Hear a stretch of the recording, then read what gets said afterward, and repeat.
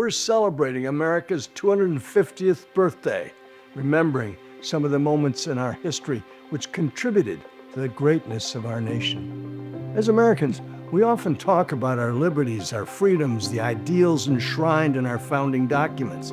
But there's another vital part of our national heritage that's often overlooked in the day-to-day hustle, the God-given beauty and natural tapestry of this great land itself.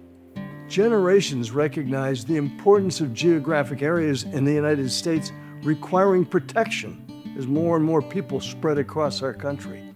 In 1864, in the midst of a war, President Abraham Lincoln signed the Yosemite Grant Act, ceding Yosemite Valley and Mariposa Grove to California for public use and preservation.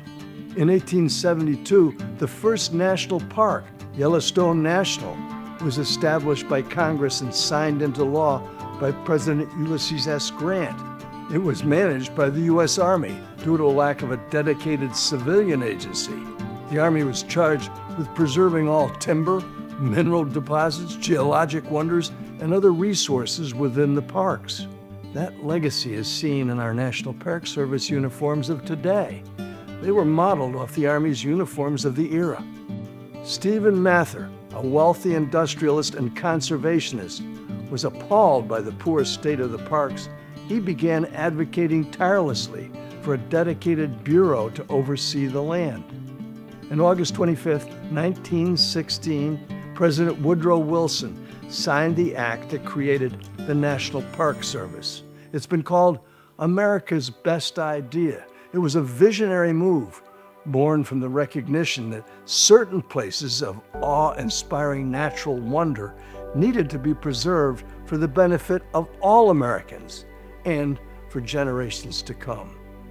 From the colossal geysers of Yellowstone to the solemn battlefields where our ancestors bled for liberty, from the majestic canyons carved by time and water to hallowed sites where civil rights were won.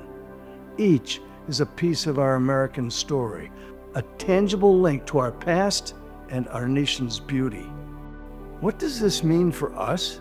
It means that a family from a city can walk among giant sequoias, trees that stood tall before our nation was even born. It means a young student can stand on the very ground where Washington crossed the Delaware, or where Lincoln delivered his immortal words. It means our children and their children will always have access to these extraordinary landscapes.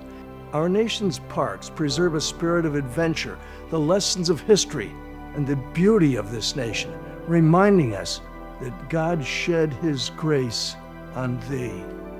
We hope you've enjoyed this edition of American Moments. Please visit freedomalliance.org for more great moments in America's history.